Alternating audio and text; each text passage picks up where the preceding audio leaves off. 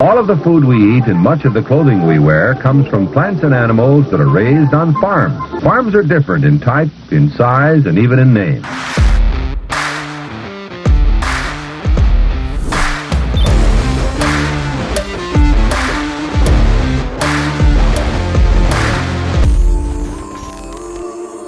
Welcome to Barn Talk. What happens at the barn stays in the barn, but not today. We're going to let it all out for you guys. Today is going to be a Q&A episode. Haven't had a Q&A in a while, but we got a boatload of questions that we got to get through. But before we get into it, you guys know the drill. If you get any value from the show, share it out with the people that you know. The more you guys do that, the more this show grows, the more guests we can get on, the more episodes we can make. There's a lot of ways you can find value in the show. If we made you laugh, if you related to us on something, if you learned something, all we ask is you just share it. It's kind of the ticket to admission to watch or listen to the show. Another thing you can do to help support Barn Talk is leave a review on Spotify or Apple. The more that you guys do that, the more it makes our show credible. And the more credible we are, the more guests we can have on the show to come to Southeast Iowa to have a great conversation with us. Not incredible. Just credible. Yep. We got to work on becoming incredible on our own. Yeah, we're not quite there yet. But we would appreciate you to help us at least seem credible. Yeah. That would be a big help because, I mean, Spotify and Apple reviews are a really great way to measure how successful a podcast show is. So we appreciate every single one of you that do that. Last thing you can do to support our Barn Talk is to support our direct-to-consumer meat business, Farmer Grade, farmergrade.com. You can always use code BARNTALK to save 10% off your order. And we got a bunch of new products on the site. Just got done with the largest week in Farmer Grade history this week. We sent over 400 orders out, and Dad and I and the whole rest of the family's back is hurting a little bit, but it was a very fulfilling and accomplishing couple days. And Dad's got something that he wants to show off here. These are very impressive. These are honey barbecue flavor pork sticks, and they are my newest addiction. So we have some, but you better get them because I go to town every day, and Sawyer knows this. I also have a key to the warehouse, and inventory controls might have to be stepped up a little bit because I might or might not get a pack of these every day. I better keep the freezer locked, that's for sure. Yeah, pork sticks, we got 2 flavors of them. We just added them, and we did it a limited amount because we kind of wanted to test the waters. We got jalapeno cheddar, and we got honey barbecue. So far, the feedback has been fantastic. Everybody in my family that sampled them when we were going down this road and doing pork sticks, loved them. I love them.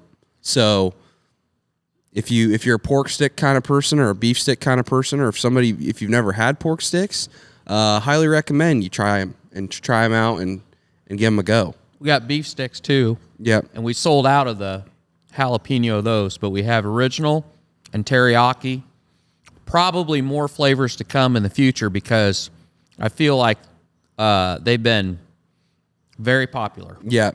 The stick world, man, it's an emerging market in the meat business. I mean, it's always been there, but I feel like everybody and their dogs get in the meat stick business, and the locker we work with has the capabilities to do so, and they pretty much can make custom blends and make really great flavors. So I feel like we weren't taking advantage of that opportunity very well. So I don't know if you like pork sticks or beef sticks, you like that convenient snack, give Farmer Grade sticks a go. We'd love to hear your feedback on them, but we love them. So, I do like a convenient snack. Yeah, I do too. I think it's going to be the official snack of Barn Talk from now on. You only have to say something snappy for about another 30 seconds while I finish this last piece of this. Okay. Yeah, well, anyway, we're going to get into the nitty-gritty here. Dad's got to get a hot market update going. But, yeah, really great week. Like I said, largest week in Farmer Grade history. We did a Sunny Farms pre-sale with one of, if you don't know who Sunny Farms is, we had him on the show, Cole Sunny. he's got a massive YouTube channel showing him raising beef cattle out in South Dakota. And we kind of collaborated, and we sold his beef through Farmer Grade, and that's why we had the largest week in Farmer Grade history. We also had some regular orders that came in as well, but this week has been a test week to test us to our full capabilities and see where we'll break or where we'll bend, so we figured it out though and got it done. So that's a good feeling. And if you got an order and you were missing an item or you got a wrong item, you can probably blame torque. I was very busy, and my mental bandwidth it got a little frayed at times. But yeah, we did pretty good. Mm-hmm. Learning experience. The market update today, it's not very sharp either. It's kind of dull. The market's been taking a little bit of a hit. Last time I checked, corn and beans both were up just about a penny, but the last 2 days they've been down. Corn on the board closed $4.81. Locally, the best bid around is $4.45, $4.62 in Cedar Rapids. A week ago, I want to say you could have gotten probably $4.50, $4.52 maybe is about where we were at. And I guess I'd be curious to know how many of you took advantage of this, because last week you could sell new crop corn delivered locally around here. I think a couple different places, if you needed to move corn in October, you could have gotten $4.50 for it. And now it looks like you probably should have done that, and I didn't do it. So that's on me. Maybe we'll get another opportunity for that, but I'm curious how many of you sold that October corn. Beans for March, 1037, 1001 in Cedar Rapids, and 1019 in Quincy. The river is closed down. I think Burlington might be taking beans if you had them contract ahead, but everywhere else not taking any until March, and I think that might be week to week. So got to go north if you're getting rid of beans, or west, I guess. Bean meal $2.90 a ton. March wheat $5.46. April hogs $84.50. They got hit about $2 yesterday, but they're hanging in there. The summer months keep moving up a little bit. February cattle $199. That's off just a little bit. Feeder cattle for March $276. Crude oil $70. Bitcoin's right around $80, so it had a pretty $80,000. Oh yeah, 80,000. Small difference there. $80,000. Had a little bit of a sell-off, and it's crazy how fast people jump on the Bitcoin trade and then jump off and panic. And man, if you're not a long-term player when it comes to crypto, well, I shouldn't say crypto, because there's plenty of people that are in and out on crypto. But if you're buying Bitcoin, you better be buying it for the long haul and not speculating on it, because that's probably going to beat you about every time. So I don't know.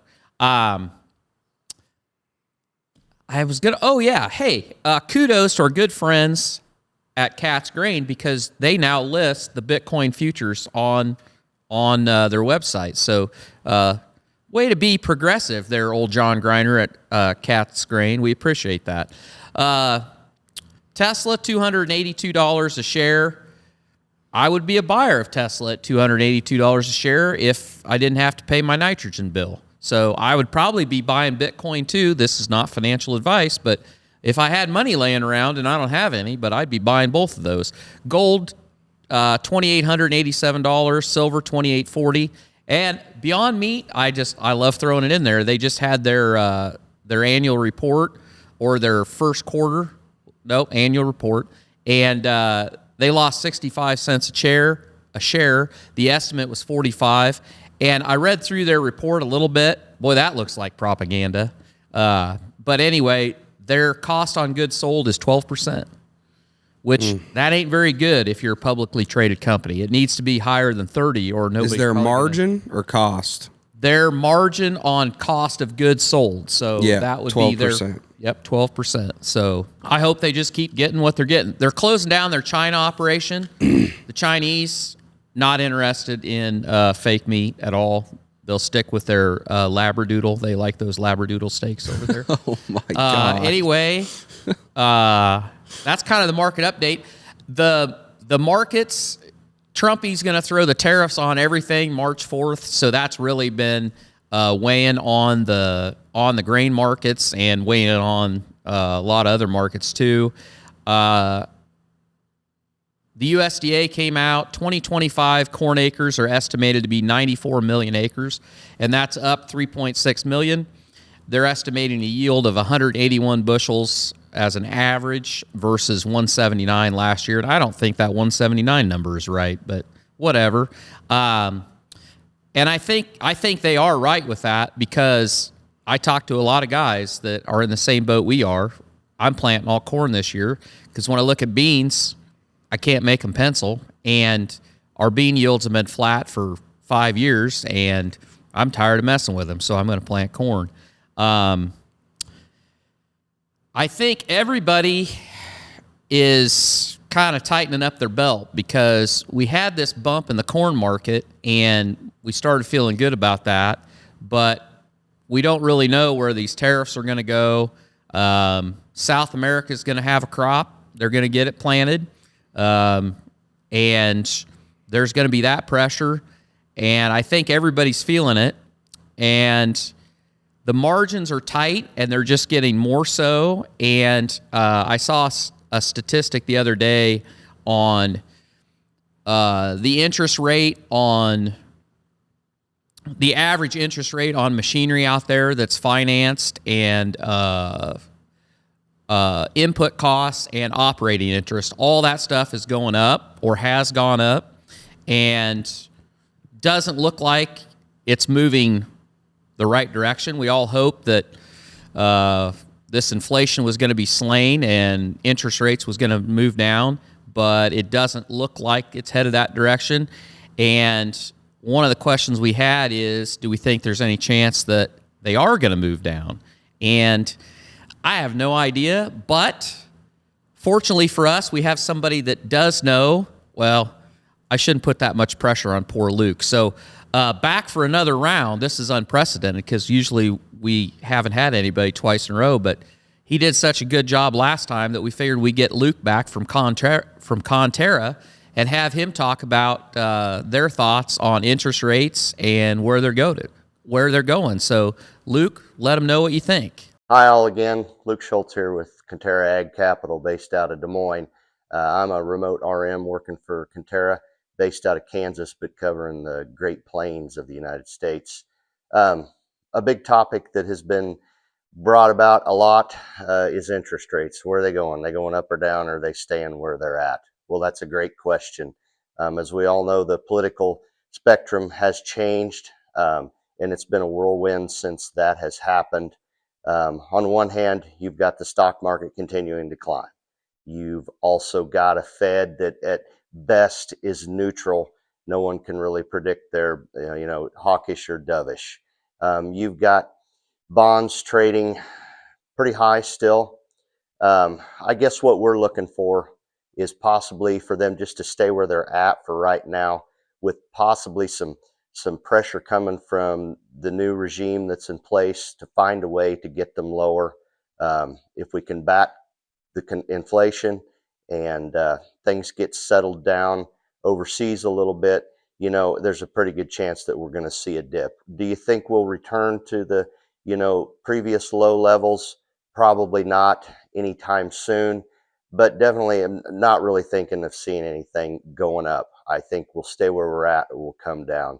So the best bet would be is to stick with some rates that are more short-term fixed in hopes that they'll come down sometime soon. That's the best advice I got for you today on interest rates. Thanks, y'all. See, I don't know whether that was a better answer than I could have given you, because let's face it, we're all in the kind of the same boat. But he is a force of nature, and it sounds more professional than if it's coming to me. So thanks to Conterra for that bit. We might as well get into it. Yeah, well, I'd say the questions are full to the brim. Yeah, these are some doozies. I guess I will start with that. I'll start with this question. This was a really long email that I got from a guy up by Charlotte, Eldridge, Iowa. I'm not sure exactly which place he lives, but basically his dad turned 68 and he's talking about wanting to retire, and the son has went to college and done a lot of other things, and he's back in the area and he's got his own hustle, but he's kind of wanting to take over the farm. It's a century farm, but basically they got 800 acres, but 250 of those acres are over in Illinois, and they've been like, he's pretty convinced he's going to hire that out or rent it out or whatever, but he realizes the margins are not great. And he said, I've been diving more into farm podcasts like yours and trying to learn as much as I can about a potentially unique idea for the farming industry. But the common thread among all of these seem to be that they are labor intensive and are either making very little or breaking even. And many of them require to work a side job to support what they're doing on the farm. And he said, it looks like the easy answer for me is to continue with my property investing and management while custom hiring all the farm operations and trying to break even while staying in the market long enough, hoping to come up with a breakthrough idea. Any advice you guys have would be greatly appreciated. Sorry for the long build-up around the question.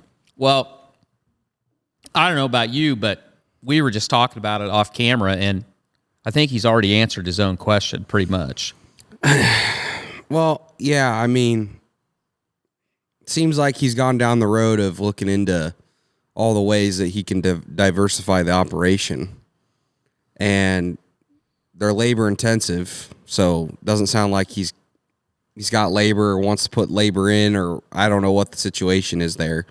And the margins aren't very good. And I don't know. I would say we say it all the time on here. You either got to get big or you got to find a way to diversify and create your own market, whether that's through ag tourism, whether that's through a direct-to-consumer product, whether that's through creating your own brand, creating your own social media.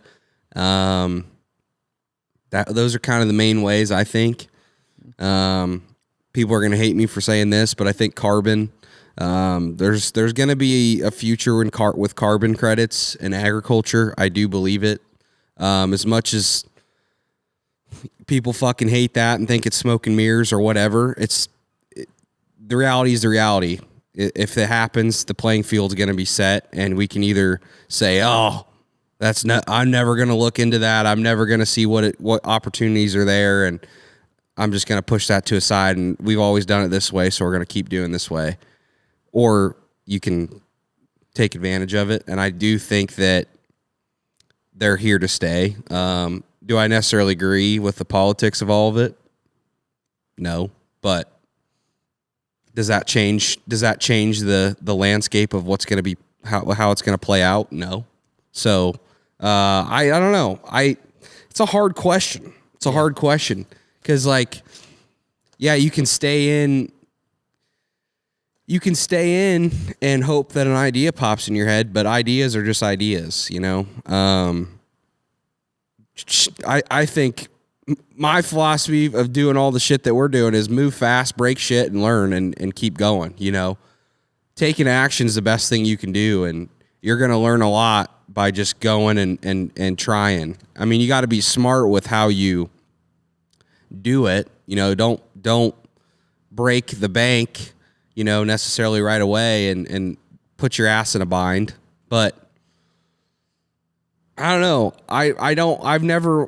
The ideas don't just come unless you start taking action. You know, I feel like the ideas will start to mold and your vision will change as you take action and figure things out. So I don't know if a magic idea is going to pop in your head, but I would also say if you have the opportunity to farm or be involved in farming, not very many people get that opportunity. So I for sure wouldn't sell it, and I would for sure stay in it, but figuring out what direction you want to go, that's hard. Yeah.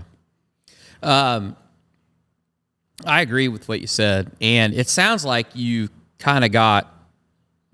To me, it sounds like you know the numbers, so you see how it works. I don't know what the farm looks like, whether the farm's carrying any debt or whether all that land's paid for. Because I was just talking to my fertilizer guy the other day, and it's like, there's a heck of a lot of farms out there that are going to have to transition in the next 10 years because the farmers that have them are going to age out. But those guys, if that farm's paid for, you got to remember, if you're somebody and you're older than me, you're in your 60s, into your 70s, you have a farm, it's all paid off, chances are your equipment's paid off, your cost of living is not very high because you're not buying a lot of stuff. You got your furniture, you got your house, you got your microwave. You don't care about that fancy car, so you're driving what you got. I mean, going from that to the next generation, the guys that are sitting there that have that land base paid for, they can make it work for a long time. But when that transitions to the next group and you're trying to start a family and all that equipment is broke and you don't know how to fix it, that's the other side of it. The margins are not very good in agriculture. So I would keep doing your side hustle, and what I would do is I would hire it custom farmed, even if you got the equipment, because your time is probably more valuable in what makes you the most. And I would pick one thing. Like, if you want to say you want to plant all the corn and you've got a planter that'll do it, do that, but hire the spray and done, hire the combine and done. Or if you want to combine it, but don't try to do it all. And the other thing is, if you got good numbers, there's good numbers and then there's really good numbers, because there's a lot of farmers that they have their numbers, but they figure nothing for their time. And I have said this a lot lately, because we've had some experiences in the hog operation when it comes to scheduling and things to do with moving pigs. And I said to Sawyer the other day, the only reason the hog industry works the way it does is because it was built by a bunch of people that have no value for time. Because the scheduling is terrible, and the amount of time that you have to spend to make things go within a farming operation, if you actually bill your time to the farm, and you have another entity that you could be working for that actually has billable time, you find out really quick that you're not getting paid very well for your time in that farming operation. So I guess all of that to say, it looks to me like you've done your homework, and I definitely wouldn't give up what I'm doing. And maybe you just transition. You start with having it custom done, and as you build equity and as you are willing to deploy equity that you make somewhere else into the farm, you can take more and more of it over. Yeah, it sounds like he's got investment properties. Yeah. So, he's in real estate, and that's a great place to be. Build equity there too. Cash flow, Yep. good asset values. I think it's all going to appreciate. So you're going to have some damn good assets. It's just cash flow is your problem. Cash flow is going to be the problem. Yeah. But I would also say, he said in there, like, he's done his research on, diversifying the operation and these opportunities. And it seems like they're labor intensive and the margins aren't very good. Well, I'll tell you something. When I had the idea of starting a direct to consumer meat business, people that I talk to, not everybody, but some that I talk to, like, I don't know where you're getting your research or where you're doing your research at, if it's just online, if you're talking to people, but there are some people that are in an industry that'll tell you, oh, you don't make shit. It's not, margins aren't very good. And, it's just a lot, man. It's a lot, I love it, but man, it's a fucking lot, and it's labor intensive, and the margins they're not as great as I'd want them to be. They're going to tell you everything that you don't want to hear so you don't get in the business, right? Like, I had some people that are like that were like, It's not that good. Don't get in the direct-to-consumer meat business. Don't get in the meat business at all, you know? And that didn't stop me. And I've come to realization that this isn't quite as bad as what people were saying it was, or some people were saying it was. I mean, there's a lot of shit that goes into it, don't get me wrong. It is labor-intensive. There's a lot of fires to put out. It requires a lot of me. But there's money to be made. There's money to be made in every industry. Yeah. I truly believe that. If you do things right and you run an efficient business and you become a damn good business person, you make the right connections, you get a different supplier that could bring down your cost, all the things, you can make a pretty damn good business. And like, I don't believe, ag tourism, like we got a local place here in town, and it's open, not in town, but in our area, that they do pizza on the farm every year. And that, I don't care what anybody says. You could tell me that they fucking crush it. They crush it. I don't know what their margins are. I don't know what it looks like, but people are willing to pay a stupid price for that pizza to sit and listen to live music on the farm because it's just an experience. Yep. And they can't do it in the winter, but they're making that work. I already know. I mean, I know they're making it work because they've been doing it year after year after year after year after year. So I don't know where you're getting your research, but just make sure that you really get it from a credible source, and maybe one person that you ask will tell you that it sucks, and then you might find an honest person out there that'll tell you, you know what, it's actually a good deal. Here's the numbers. So just keep digging, keep poking around. But I think there's opportunities there, and margins might be a little better than what people are telling you or what you're finding. I would say that. And the one last thing I'll say about it is we just sat here and we talked about, cash flow and margins and what you're going to make versus what you're doing. If you find something and you love it, that's worth a lot, because if you're doing something, like if you're doing the real estate and you hate it, you can probably make less money doing something else if you want to get back to the farm. That's the beautiful thing about living in the country. I'm willing to do what I do for a lot less money. I would never go back to the businesses that I worked for, no matter what amount of money they offered me, because I love what I'm doing way more, and it fills my cup up. So it isn't all about the money. No. There's advantages if you got a family, if you're starting a family, being able to be on the farm, being able to have that, grow up in the country, have a family in the country. You know what? It isn't all about the cash flow, but it does have to be sustainable. Right. So you got to weigh that out. And if you want to pass it on to your kids, if you have kids, it's going to be passed on to you. And I don't know. I feel like our farm families out there, legacy is really important. So,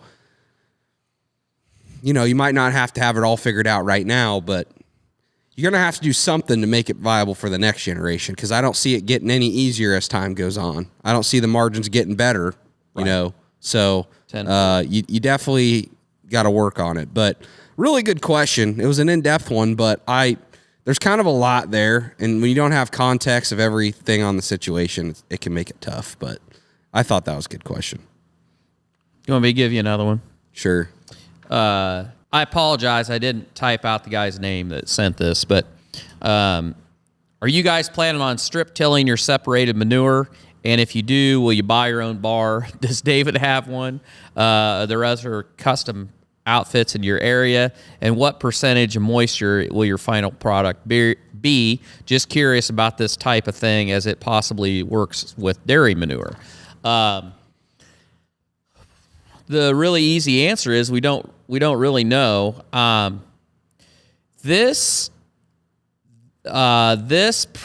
products that are going to come from the manure separation,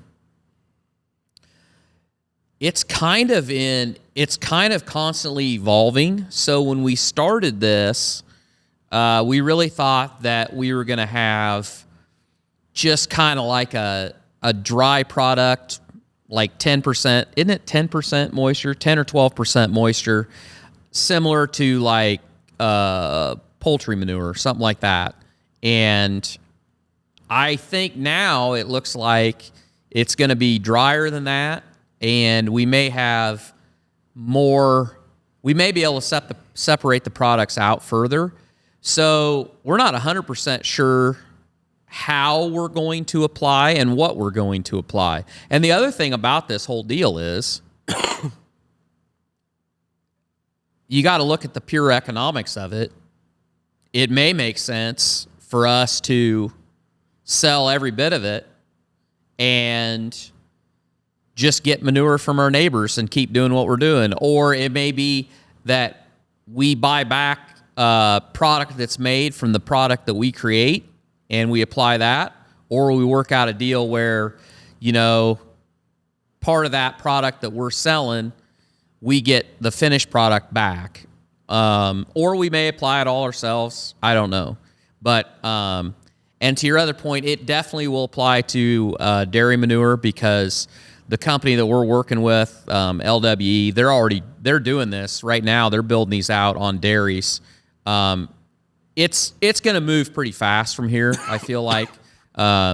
Just a lot of things are all kind of coming together. So we'll know a lot more once we start processing, but we haven't started processing. Building's getting built right now, getting insulated, getting heated up, and concrete will come, pour the floor, and then machine will be coming after that. So we've said it every time we mention LWE or this manure separation project.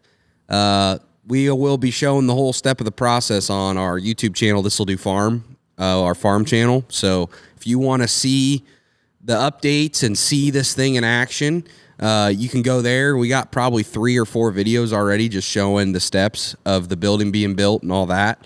So just be looking out for that. Be looking out for that if you want to actually see it in action. So, yeah, the second part of that question is what are the next big business ventures for you guys? Do you guys plan on building your own packaging facility for farmer grade? Are you thinking about getting more land, even though it's expensive, but it may never be as cheap as it is now? Gosh, I feel like we got enough ventures going. Yeah, I mean, for me, I can speak on farmer grade.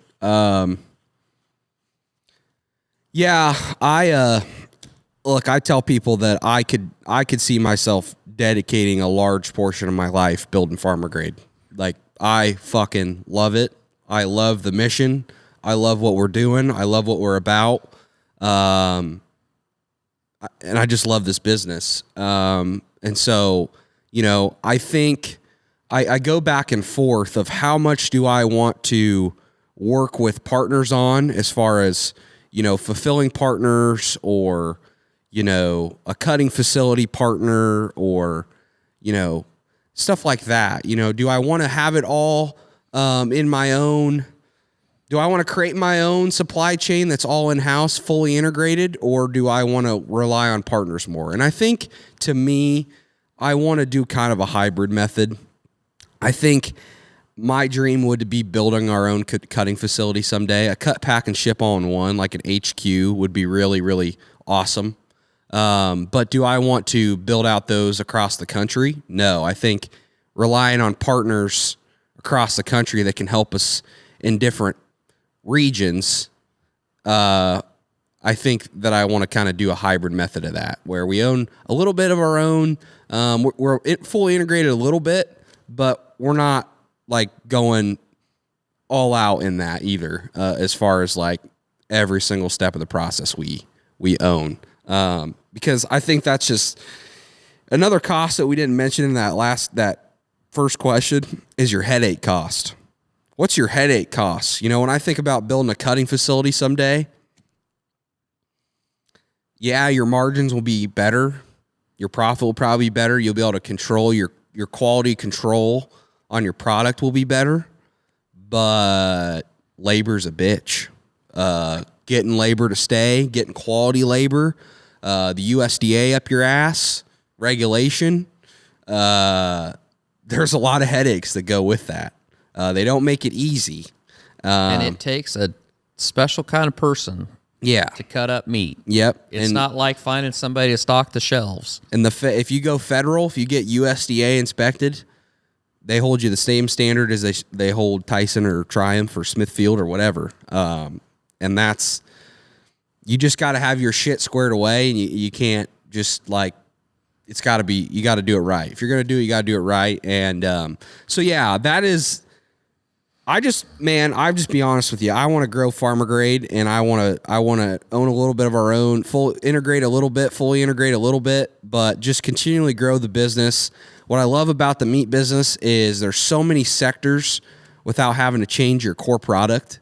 You know, you got wholesale, retail, you got direct to consumer, you got snack sticks, you got beef tallow, you got fucking pork lard, you got people want to have that shit exported and put it on barges and put it in shipping containers. There are so many ways to expand how we distribute our product without having to change our core product. And another thing I love about it is it's, for most people, it's a need. People like eating meat, and they want to eat it every day. And so, yeah, man, I'm not going to give you all the details, but I will say, and I don't even have it all figured out either. You know, I'm figuring this out. The vision changes every day, but growing that is a big part of my future, I hope. So, yeah. See, and I'm just trying to coast, so I won't add anything to that. I'm just gonna ride the coattails. That's what I'm gonna do. Well, are you not going to add anything to that question? Oh, I think we want to get some more land eventually too. Yeah, I mean, talk about the farming side a little bit. I'm in a unique spot in the fact that, and any of you that are long-term listener of this know that basically the hog operation that we have, that's my bread and butter pretty much. The grain farming side, it pretty much takes every dollar that generates to pay for the retirement care of my mother that's still living, and she lives in a retirement community. And I'm fine with that, because if it wasn't for them, I wouldn't be here. But there's not really much profit that comes from the grain farming side of it. And I look at where we are. I think farming's going to have to change a lot, because like my viewpoint on raising soybeans, I was at a Pioneer meeting 2 weeks ago, and I'll give you two things that really kind of hit me there. One is I was sitting there and I was looking around. There was probably 40 people there, and I was like, damn, there's a lot of old frickin' farmers in here. I mean, these guys are old. And then I thought about it, and I'm like, shit, you're old. You're 53 years old. You know, there was only two people in there that were like what I would say young. So there's a huge amount of land. I mean, we talk about it all the time, but just in my neighborhood, and my neighborhood is probably, our county probably has more young farmers in it than many, because there's more opportunities here because of the livestock side of it. But this land is going to get turned over like you've never seen, and the big are going to get ginormous, because the margins on raising corn and soybeans are terrible. And at the other point was, at this meeting, they were talking about soybeans.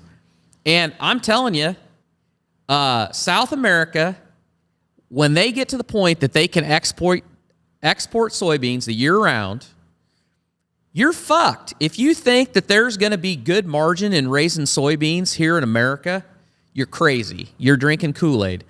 We are not going to be the preferred exporter of soybeans.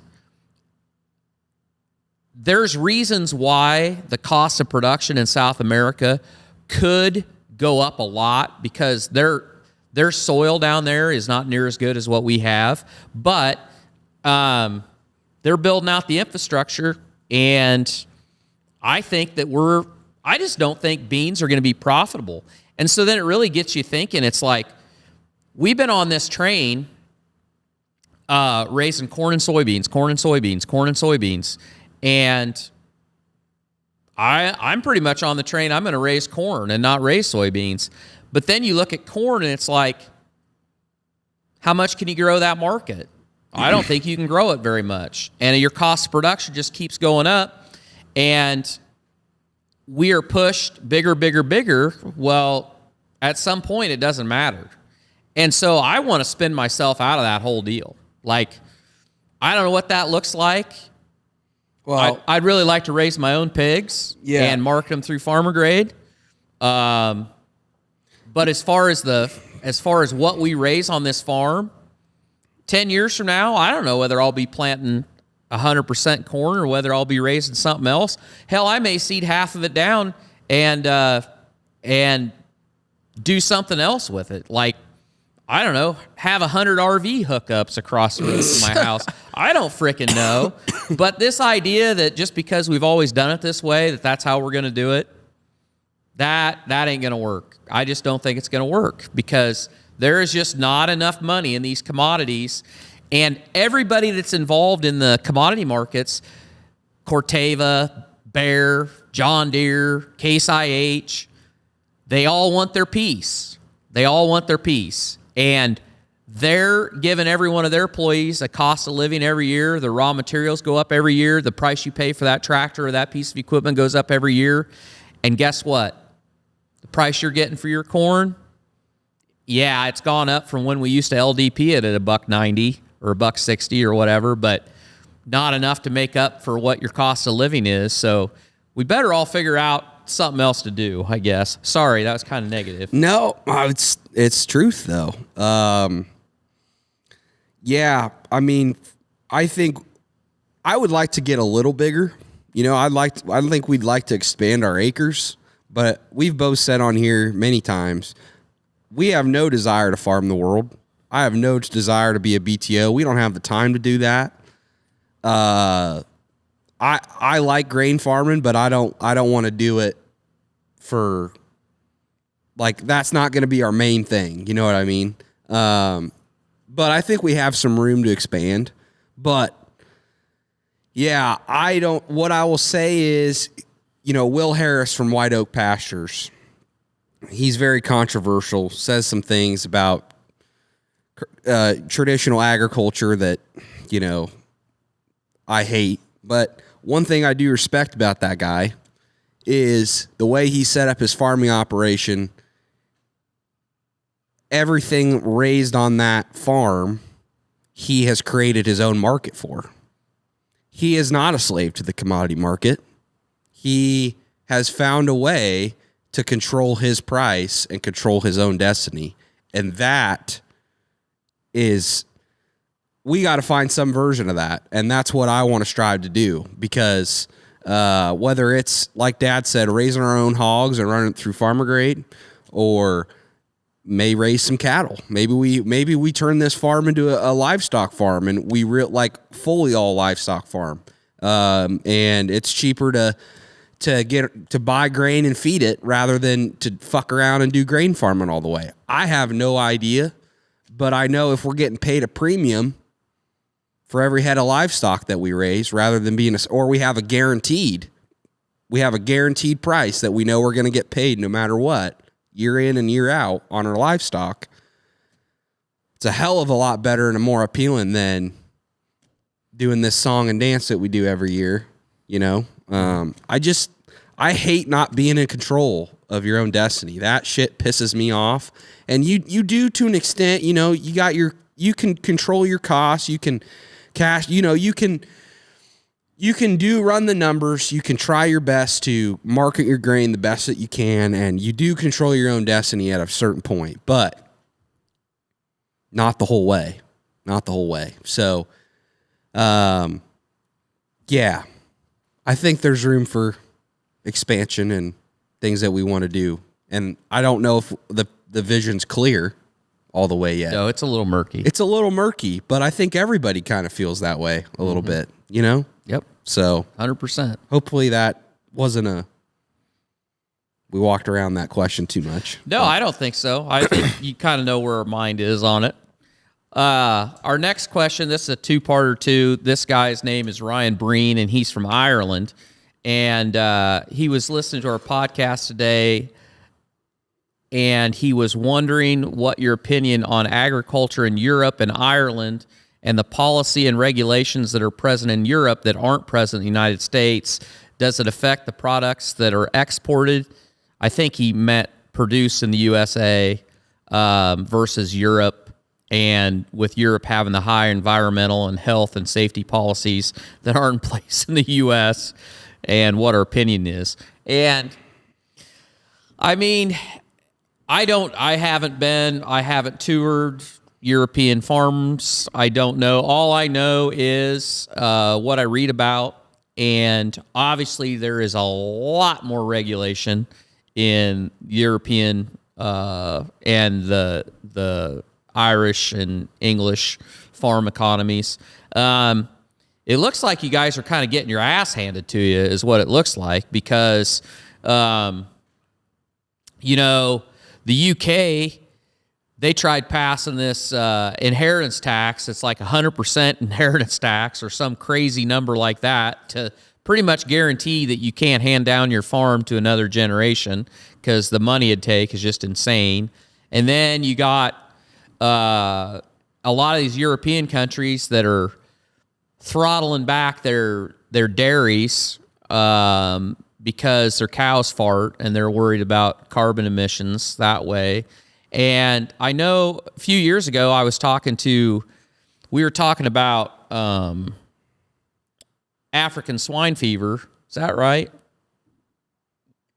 Yeah, African swine fever in like Poland or Germany or somewhere, and basically they were saying that they weren't doing anything about it because they figured in a few years there wasn't going to be anybody left raising hogs in that country because all of the policies and the economics of it, that you just can't afford to do it. So I think the Europeans, and you can correct me if I'm wrong, but they subsidized agriculture for a long time because going through two world wars, they know the importance of having a stable food supply, but apparently they've forgotten all that. And I feel like they're perfectly comfortable just importing whatever they need to from South America or the United States or wherever they get it and be completely dependent on the rest of the world. And so they're probably going to learn the same lessons that they've already learned twice, and they'll end up learning it again. And I just hope that we don't ever have to go down the road that you guys have, as far as all of the very restrictive regulations to where the government is basically pushing you out of business. I don't know. That's my snarky opinion. I think America is the last bastion of freedom on so many levels. People don't even realize it. And as much as we complain about our farming, could be a hell of a lot worse. It could be a lot worse. Yeah, we're free to a certain point, though. We're taxed to fucking kingdom come, Oh, yeah. But so are they. And we're just conditioned to do it and just take it. But yeah, that's a whole nother topic. But yeah, I mean, I'm not read up enough. It's just like what Dad said. I just see what comes through with what I read. What I see is it doesn't look good for farmers out there. They're pissed off. They're protesting. I do like when they're running their manure rigs down the street and shooting shit on fucking, courthouses and government buildings. I think that's pretty fucking funny and good way to tell them go fuck themselves. Yeah, get your point across. I don't want that to come here. I do think, though, people that have been to Europe, and if you're listening and you've been to Europe, and you correct me if I'm wrong, but I think what Europe has got right is they're a lot more restrictive on food additives in their food and ingredients, and not having some really shitty stuff in their food and preservatives. And people say you can go over there and eat pasta and eat pizza, and you just don't have this feeling of just bloat and gross, and you don't gain weight very badly over there either because of the food. And I don't know. I've never experienced it. That's just what I heard. That's what I've seen from people that have said that. And if you do look at some of the ingredients on some food that's in the U.S. versus over there, it's big difference in what we put in our food versus what they put in theirs. And so I do think that if there's one thing that needs to be done in the U.S. is we just gotta, some of this shit we put in our food just doesn't need to be in our fucking food. Yeah. I mean, I don't even like eating bread anymore because you look at the back of bread, it's like, dude, you can have bread sit in your bread box for like 3 months, and you're like, I don't even think there's mold on that. And that's like, oh man, you're gonna have Joy down here bringing you a sourdough starter here before. well, I'm just saying. I mean, it's there. You can't argue, dude. We've been this is the sickest we've been as a country. We're fucking obese. We're fat. We're, fucking chronic health issues is at an all-time high. Cancer. Something ain't going right, and I don't think that fucking agriculture is the main one to blame. I mean, I know we're not perfect, but I think the food that we eat, the water we drink, I don't know. Well, we just had this conversation. Multitude of things, and I don't think anybody knows, but I do give Europe credit for that. At least the food isn't full of just a bunch of bullshit all the time. We literally just had this conversation yesterday with our good friend Bobby Thompson. Yep. About how. Yeah, he's been there. He says He goes, there's a 90-year-old man sitting on every street corner smoking a cigarette. And I will make the argument that I think sugar is probably the worst, the hardest thing on your body there is. I don't fucking know, Dad. I have no idea. I'm not going to make any claims because I don't know. Alcohol, bad. No, I know. I'm just saying, of the things that you eat on a regular basis, everything has sugar in it. You talk to anybody that's tried to eliminate sugar out of their diet, it is in everything. It's in things that you are like, why is there sugar in here? Yeah. And sugar in the food dye, like sugar in the food dyes and the seed oils, and like, I don't want to eat yellow 40 or red 40 or whatever. Like, there's so much shit that, and I think alcohol is a hard one. I don't think we exercise near enough. I don't know. Did you see that Iowa's the second? We have the most cancer. We have the second most cancer rates and cases in the state of Iowa than any other state. We're second. Yeah, why is that? I don't know. It's scary. It's scary. Boy, I do think and this is just kind of off topic, but I think this is an opinion. I think there's an resurgence of a new wave of, I wouldn't even call it healthcare, but just awareness. Well, I'm seeing companies, people starting brands, starting things to optimize where you're at right now as a human, and not go to the doctor until you know something's wrong with you and getting a scan and then realizing you have cancer, but being proactive with, okay, let's take all your biomarkers. Okay, you're deficient in, with your body, you're deficient in this, you're deficient in this. You don't need to supplement this, you don't need to supplement this, but I would supplement this because this is what your body's telling me. This is what your blood work's telling me. Your testosterone might be off, might give you some tests. Just optimizing your life. Just optimizing your life for now. Getting regular screenings for cancer and chronic health issues. Being proactive about that stuff. You're just seeing that more and more. And I like that approach rather than, oh fuck, I got a bump somewhere that I haven't had, and I've had it for a couple years, but I think I should probably go see it because it's starting to hurt. And then you realize you got cancer. Because I think, I don't like to be a Debbie Downer, but Like, cancer is one of those things I think is in every person's back of every person's mind. It's like, fuck. Like, Grandpa was 90, lived to be 99, right? Yep. When did he get cancer? Like 92. And the doctor just told him, and because Grandpa was like, well, what did I do to get cancer? And he's like, Lawrence, you're 92 years old. If you've lived long enough, you're going to get cancer at some point. And it's like, told him, you've lived too long. Yeah, it's like, makes you just think it's kind of inevitable. But I think if you can proactively scan and try to optimize your life now and catch it early, you have a better chance of beating it rather than it taking you. So anyway, that's just what I've seen, and I like that approach rather than the traditional approach that we have now.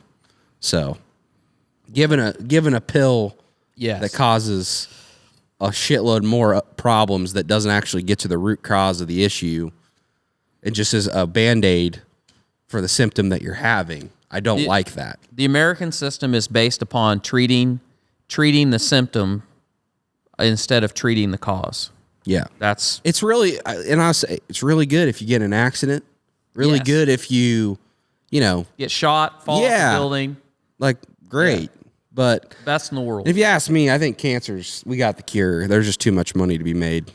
That's a conspiracy theory. I don't give a fuck. I think most people think that. I mean, think about how much a hospital makes and just the healthcare industry makes on cancer. Mm-hmm. It's fucking baffling. Why would they cure that? Why would they cure that? I don't know. Maybe I'm wrong, but every time you ask somebody that question, they're like, "Oh yeah, 100% they have the cure."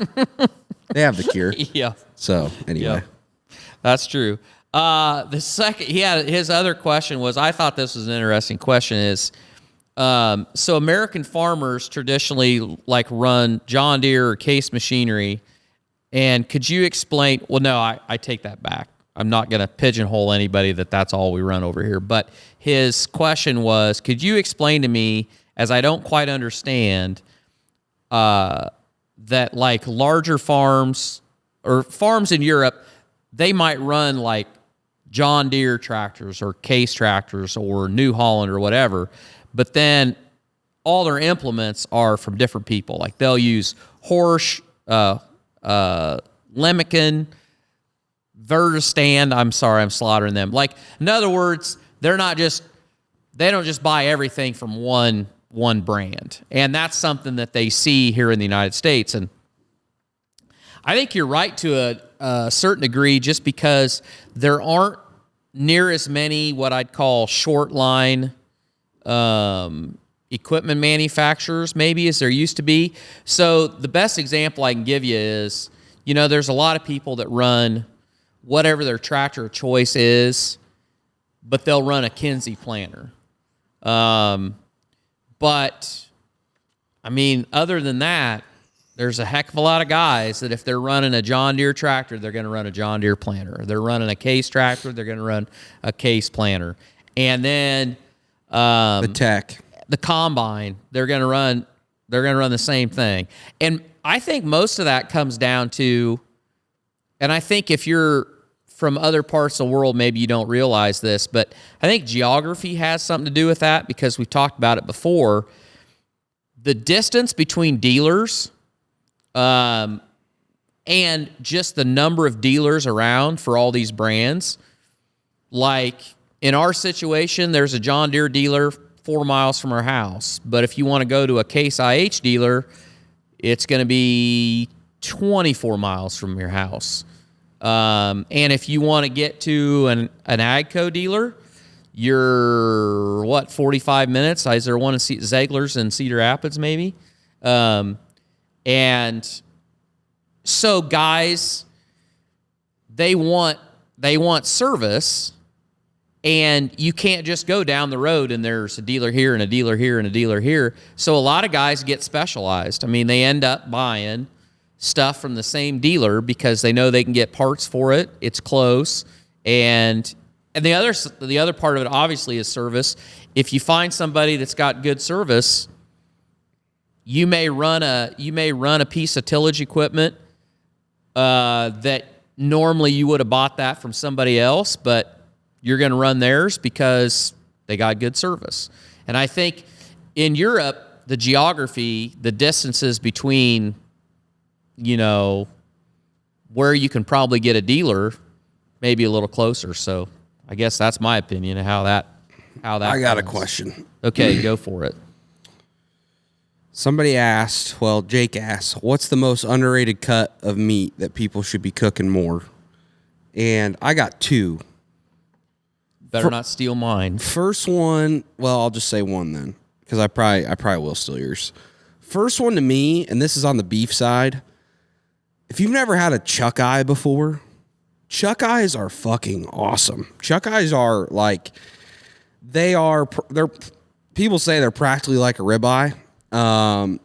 But man, those things cook up and they are pretty damn close to taste like a ribeye, and they're cheaper, a lot cheaper. I love them personally. I'd rather get all our chuck roast cut into chuck eyes because I just think optimizing for as many steaks as you can get is awesome. And I love grilling up those things. 12 to 14 ounce chuck eye is awesome and they taste great. And I just don't feel like that gets out enough, that those are fantastic steaks. Something that I haven't tried, and I think Dad and I want to try this summer, is I want to try smoking a tri-tip. I've never had tri-tip before, but I'd love to try a tri-tip. I heard people talking about smoking one of those. I've seen customers say that they took one and smoked it and made it into tacos. Mm-hmm. I think those would be great. So I think a tri-tip is probably underrated too, but I just don't have enough to speak on it yet. So, but chuck eye for sure. What's yours? Well, on the hog side, the most underrated cut, which I feel like it kind of just came out of nowhere over the last couple of years, so I don't know what they were doing with them before that, but is the pork brisket. And we sell a pile of them, but man, it is... What I love about it is it's so easy to do, like 4 hours versus doing like a beef brisket that you're or a pork butt. It's a smaller cut of meat. I don't know what's one of those weigh. Well, they vary. I'd say 4. Well, some of them pounds. 4 to 6, and then I'd say some of them are on the smaller end. 3 to 4. Yeah. You can take one of those and season it up, put it on the smoker, and pull it off at 165, wrap it, put it back on until it gets to 205, let it rest a little bit, and it is going to taste... So one end of it pretty much is kind of like a brisket. You kind of have a flat and you have the point, and the flat really tastes like pulled pork, and that point tastes an awful lot like rib meat. And, oh, man... You can't beat it. Well, and sometimes when I feel like when you have that fattier part, to me, it tastes like brisket. It kind of does, yeah. Like, it has a rib meat brisket taste to it.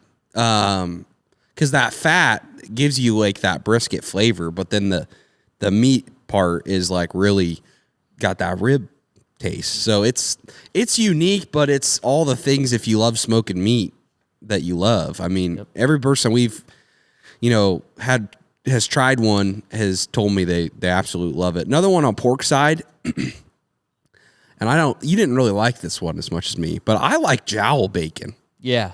Jowl bacon is really good. It's fatty, you're not going to get that bacon crispy, but if you like a thick, meaty, with some extra fat type of bacon, jowl bacon is fucking fantastic. I love it. I think it's great. And I fry that up in a pan and have it every once in a while, and it's a treat. So I would tell you, I really like jowl bacon.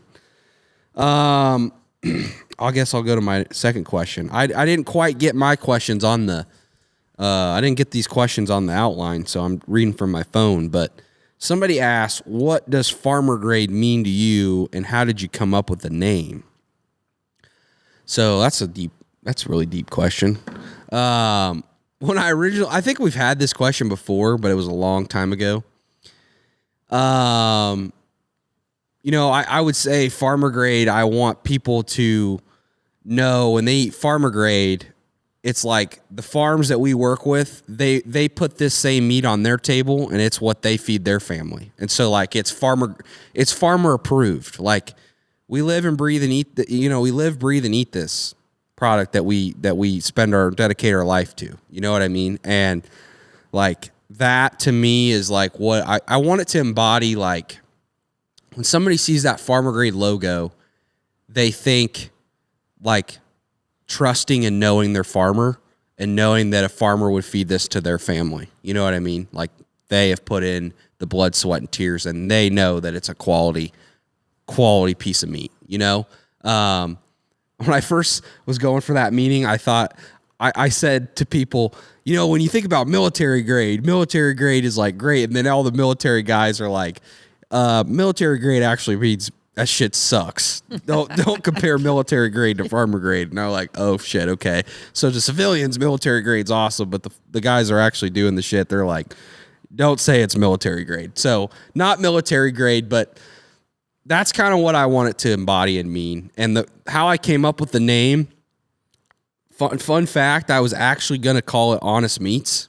That's what I was going to call it, because that's kind of that's what it embodies, you know, being transparent, trusting your farmer, knowing where your food comes from, the whole shebang. But went down the trademark route, realized a massive company owned a trademark for Honest Turkey. And if you know how the trademark laws go, you do not want to fuck around with that. So I had to make a pivot and switch the name and did some brainstorming. Actually had a guy help me kind of brainstorm, and farmer grade just was like, it just stood out to me. And I'm actually glad that I ended up with doing farmer grade. I think it's a better name rather than Honest Meats. So that's the story on that. I think it is too. And what I love about it is it's like, you know, eventually we're gonna have a whole line. We're gonna have hand tools, floor jacks. That's been Dad's thing, like the whole. We're gonna launch our own brand of seed. We're gonna boots, coveralls. We're gonna find some obscure European tractor and bring it over here and paint it a weird color, and it'll be farmer grade. I mean, the possibilities are limitless. So those are not my thoughts. Those aren't my thoughts. Okay, this is good. I wanted to get this one in, no matter what. So this young man messaged us, and he was very persistent that he wanted to make sure. He's like, please mention my name. I think he wants his friends to know that he got to us. So Charles Westfall asks, what is your favorite John Deere tractor of all time? Well, I didn't grow up with the old school shit, so 8430 to me is fucking awesome. I love the look of the tractor. 4-wheel drive, can do pretty much anything you want it to do. Be your planter tractor, can run the grain cart, haul wagons, super just no def. Nice ride, no def. Anytime, every harvest, you know, I'm in that tractor, and I think David's got an 8420. Yeah. But, you know, same thing pretty much. And I enjoy my time in that tractor. I love doing being in the grain cart, and it's a nice ride. It's a great tractor to be in. If I could have any tractor, it'd be one of those. Like that would be the first tractor I'd buy, because it's just, yeah. And no def, like def sucks. So I know why hasn't Elon gotten on that train? I think Doge needs to go down the road of the whole EPA and DEF, because I think it's a crock. I would second that. I guess I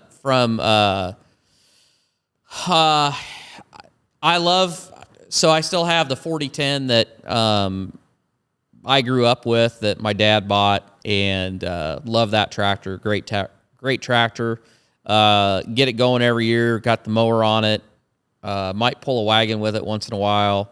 It's not an 8430 though, but it does have a lot of nostalgia, and yeah, it's near and dear to me. So this ties into what we were talking about. Adam from Canada sent me a email, and the gist of it is, why is it that a piece of dirt in one area is the only way to keep a farming legacy going. And he left where he grew up because he couldn't. There was no place for him. Land price is too expensive, and he moved and he started his own farm from scratch. And so he was talking about how we made the case about why you should never sell a farm, and how important the legacy of having this dirt is and all that. And I think he just was playing devil's advocate. So why is that the only way to have a legacy going? Oh, I don't think it is. I think that's a good point on his part. I mean, yeah, if you could sell the land and you can go farm somewhere else and you're going to keep the farming going in your family, that's props to you. You're keeping the family farm going. You're just picking up and moving. I don't think that situation necessarily is probably popular or done a lot, but if you can do that, I think that's kick ass. And yeah, more power to you on that. And I think that does keep the legacy going. And I think legacy, it's not just a farm thing. There's a lot of ways that you can leave a legacy, but in the farming, there is something to be said about farming the same land that your ancestors farmed, and being able to connect with the land on that a little in that way is pretty awesome. But I don't think it's like, you can still, you're the legacy. Yeah, I mean, right. At the end of the day, you're the legacy. People's the thing, and your kids are the legacy and all that. Yeah, and I'll touch on that. I have a lot of mixed emotions about that, because I think that so I'm the youngest of three boys, and my brothers, they don't have that connection, and that's totally fine. And it's a weird thing, kind of, because sometimes I just catch myself, like when I'm walking, I'll walk from the house over to the machine shed or over to the barn, and that's the path that 4 generations before me walked that same path.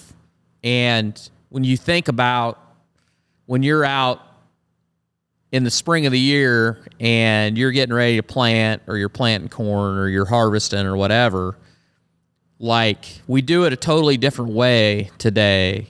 But in our case, people don't look at the job they do the same way today that they did, generations before, I think. But it's kind of a weight. And I don't blame some people. Some people don't have, like, some people don't want anything to do with a legacy because they think it's kind of an unfair thing, because obviously the generations that have come before you, they aren't here, and you're just putting pressure on yourself that because your kids may or may not, they may not give 2 shits about, what you're trying to do.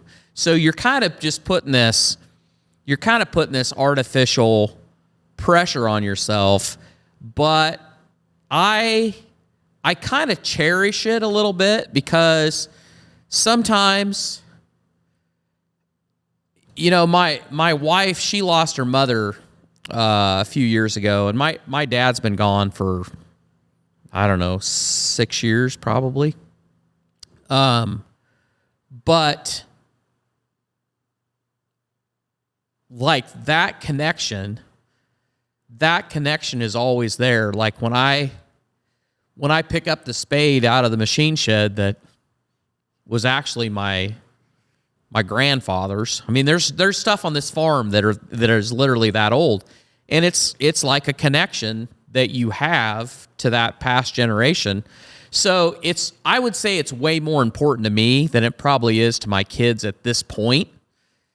At some point down the road, may or may not be as important as it is to me. But to me, that dirt is important. The farm's important. This barn's important. And am I putting unnecessary pressure on myself to, like, keep that going? Yeah, probably. But at the same time,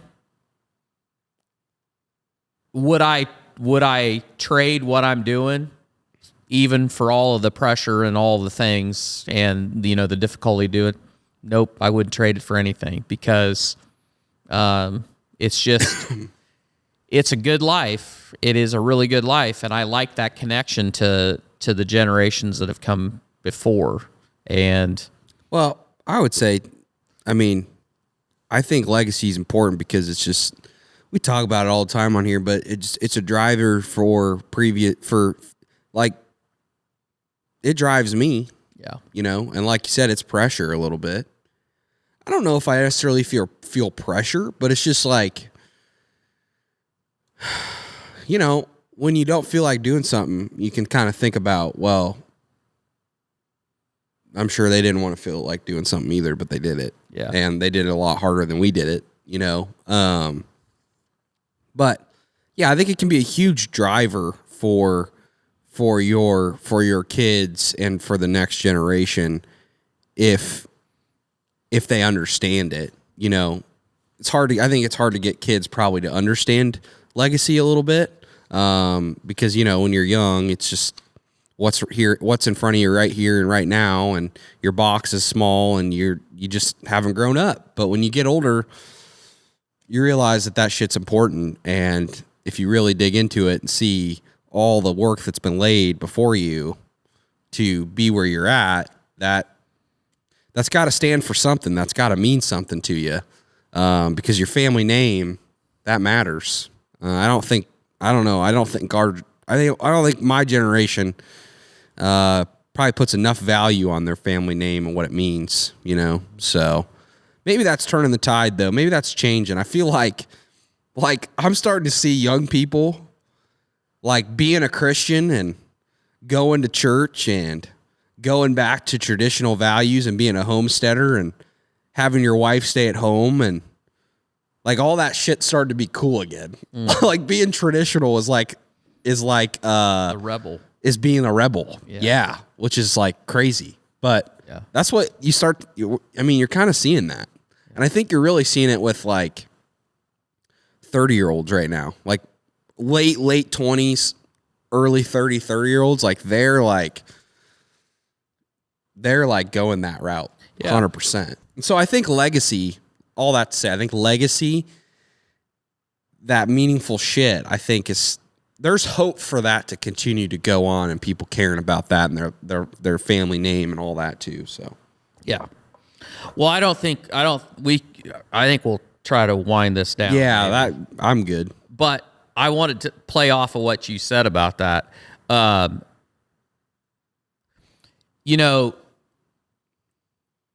Religion or church attendance, the country over, the world over, has been in decline for the last 20 years. And I think one of the reasons for that is because, well, one, the phone has heard all kinds of things. Like if you talk about, people showing up at live music at a bar on a Thursday night, or showing up for dart night or trivia night or whatever, pretty much COVID was the very bottom. Like that drove all of that down to like nothing. But people just turned inward so much.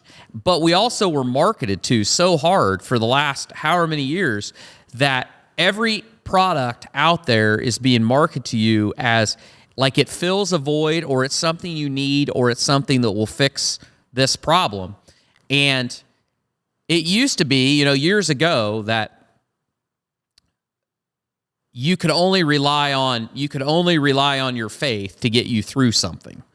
And for the last however long, we're being marketed all the time that you deserve this, and if you have this, whether it be a new mattress or Ozempic or this energy drink or this pork stick, although there are some really good pork sticks out there, you can count on this, and you need this. And I think people are that generation is kind of waking up to like, these people are all lying to us because none of this stuff does anything special and it doesn't really do anything for us.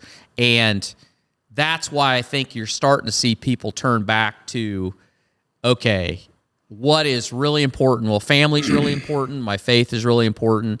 And being responsible for myself is really important. And I think that's a good trend. Among all the bad trends that are out there, I think that's a good trend. I also just think people, I think people also just are sick of how they feel. Like, I think it's really easy to get down about yourself in this day and age because of social media. I think it's really easy to overindulge in shit that does not serve you, that makes you feel like shit after you, whether it's TV, whether it's social media doom scrolling, whether it's pornography, whether it's whatever. It's all accessible at your fingertips, and you know, binge drinking and partying and alcohol and drug. I mean, like, it's all right there. And I think some people just get to a point where it's like, dude, I'm fucking tired of this. Yeah. Got to make a change. And they're going back to different ways of life or old style ways of life because it seemed to work. And they see people that have done that and showing that journey and showing that story, and it seems to work. I don't know. I don't know if it does. I don't know. Because that, you know, the other part of that is if somebody's showing it on social media, it doesn't mean it's always sunshine and rainbows. Right. So it's hard to say. But yeah, just as a young person, I think people just tired of feeling like shit. Yeah. Yeah. So anyway. All right, guys. Well, I think that's going to wrap it up. We really appreciate the hell out of you guys for supporting us, supporting the show. We're getting there. We're making improvements to the barn. Dad's getting a bathroom built up here, so that's good. We got somebody working with us full-time now, or not full-time, part-time, to schedule more guests. I think we're going to have a guest episode next episode, so please share the show if you got any value. Leave a review on Spotify or Apple. Use code BarnTalk to save 10% off on your order. Go get yourself a pack of pork sticks, and we'll see you back here next week for another episode.